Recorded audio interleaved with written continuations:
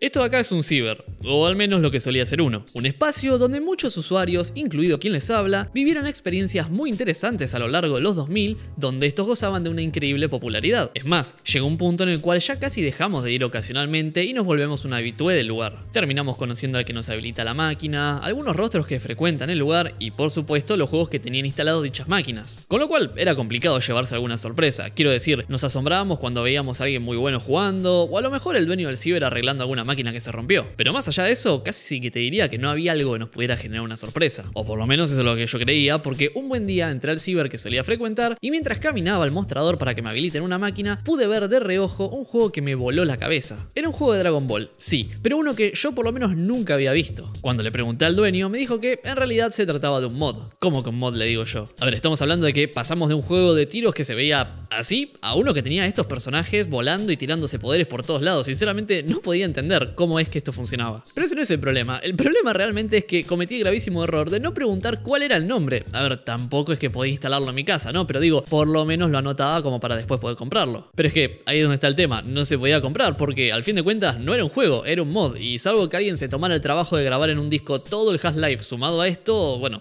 suerte con eso. Lo bueno es que muchos, pero muchos años después, pude saber cómo se llamaba. Así que hoy, amigos y amigas, vamos a hablar de Dragon Ball ESF. Probablemente uno de los mods más falopa que tuvo el viejo y querido Half-Life.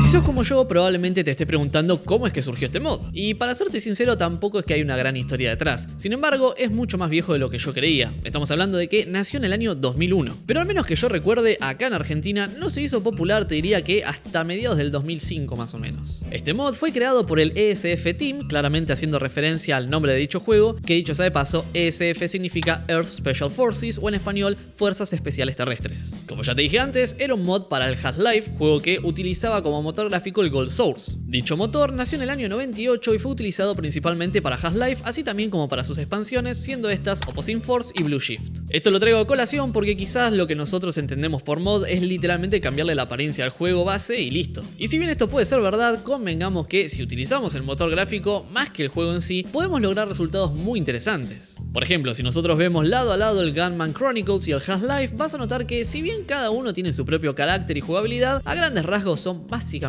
lo mismo. Y eso que entre uno y otro hay 2 años de diferencia. Ahora bien, si tomamos el Nightfire, un juego de James Bond también creado con el Gold Source, lo ponemos lado a lado de Half-Life, nos vamos a dar cuenta de que se ve radicalmente distinto. Bueno, para mí sucede algo muy parecido con Dragon Ball. Uno sabe que es un mod, pero se siente una cosa totalmente distinta al Half-Life. Sin embargo, esto no siempre fue así. Es más, tenemos que tener en cuenta que el juego lleva en desarrollo más de 20 años. Vos imaginate que recién en noviembre del año 2001 se lanzaría el Alpha 2.0, una versión que marcó el inicio de este mod. La beta 1.0 saldría un año después, en noviembre del 2002, y un año más tarde, en 2003, sería cuando recibimos la beta 1.1, una actualización que introdujo varios cambios al sistema de combate y agregó mecánicas nuevas para evitar que el mod se volviera repetitivo y predecible. Pero no sería hasta mediados del año 2004 cuando se lanza la beta 1.2, y esta sí que venía cargada de cosas. Estamos hablando desde cambios al sistema de combate, pasando también por una revisión de los controles, como también puede ser una lavada de cara por el aspecto gráfico, claro está. Ese mismo año se lanzó la beta 1.2.3, la cual estaba más que nada apuntada a corregir algunos errores existentes en el juego y algunos que se habían introducido en parches anteriores. Y perdón si los aburrí un poco con estos datos, pero la realidad es que necesitaba nombrarlos para que entiendan las etapas por las que pasó el juego. De hecho, a partir de ese año,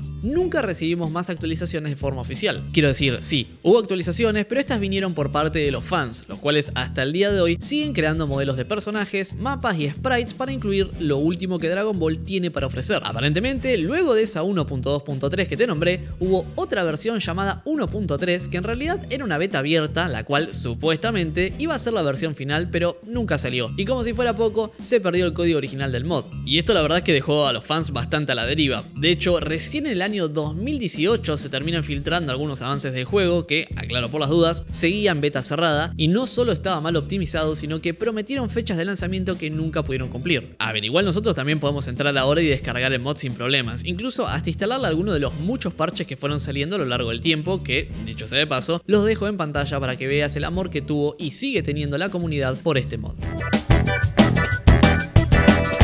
Cuando nosotros abrimos el juego por primera vez, nos vamos a encontrar un menú bastante parecido al que tenía Half-Life, así también como a mods del mismo. Es que, a ver, se estilaba hacer algo como esto, ¿no? Digo, el Counter-Strike también tenía un menú muy parecido. Sin embargo, las diferencias son notorias cuando iniciamos la partida. Estamos hablando de que acá no hay modo historia ni mucho menos, casi que parece pensado específicamente para agarrarse bien a piñas en el ciber. Y justamente para eso nosotros tenemos una variedad de personajes que van desde Goku hasta Majin Buu. Aunque recordemos que con alguno de estos parches que te nombré anteriormente podemos jugar hasta con Jiren. Y no solo eso, estos parches también incluyen mapas que, si bien el juego ya te proporciona unos cuantos, nunca está de más poder llevar el combate a los rincones más recónditos de la galaxia. Pero por supuesto que los mapas originales van desde Namek hasta el torneo de lucha que había organizado Cell. Respecto a las mecánicas, acá cada personaje tiene sus ataques especiales, así también como varias estadísticas que difieren de los demás, como pueden ser el ki, la cantidad de vida o la velocidad de ataque que, dicho sea de paso, cuando transformamos a nuestro personaje, muchas de estas estadísticas suben considerablemente. Algo que me parece copado de este juego es que solo necesitamos 2 personajes para jugar. O sea, sí, podemos jugar contra un bot, pero dale amigo, estás en un ciber, seguramente te vas a encontrar a alguien que te haga la segunda. Con lo cual, no es necesario reunir muchos jugadores. Vos ponete a pensar que para una partida de Counter necesitabas 10, que igual, ojo, porque acá podemos jugar por equipos también, o hasta configurarlo para que podamos pelear todos contra todos. Pero si me preguntás a mí, la magia radicaba en 1 contra 1 directamente en el ciber. Respecto al HUD, realmente es muy simple. HP hace ilusión a la vida que tenemos, ki, bueno, claramente al ki. Lo que aparece arriba de todo a la derecha es el tipo de ataque que estamos realizando en ese preciso momento, que pueden ser piñas o algún ataque de energía. El número que está en la mitad son las semillas del ermitaño, que por si no viste Dragon Ball, hace de cuenta que es un botiquín para recuperar vida. Y las iniciales CF significan Change Form o cambio de forma en español, que en otras palabras, si llenaste esa barrita vas a poder transformarte en, por ejemplo, Super Saiyajin o lo que sea que te permita el juego, dependiendo del personaje que hayas elegido. De vuelta, este me parece un mod súper entretenido para pasar el rato y que, para serle sincero, llamaba muchísimo la atención cuando venías caminando en el ciber y lo veías en los monitores. Tengamos en cuenta que la mayoría de juegos en esa época eran de disparos en primera persona y no eran tan coloridos como este.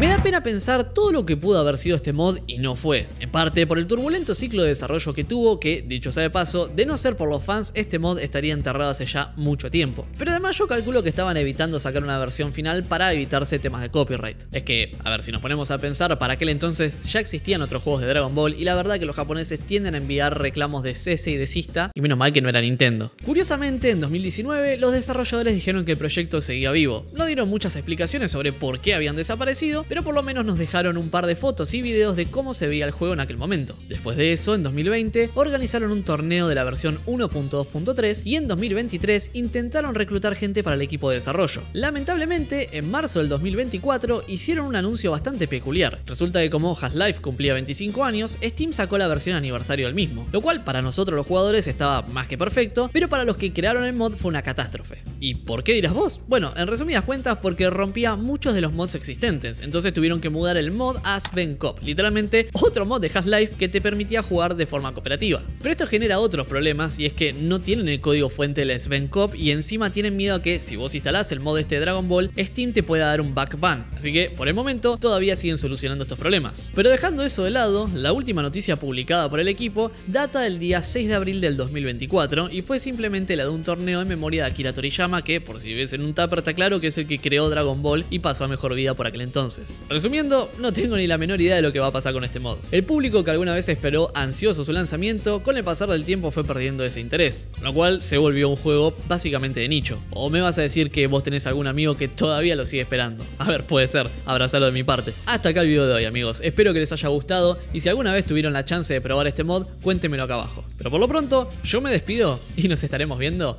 en un próximo video.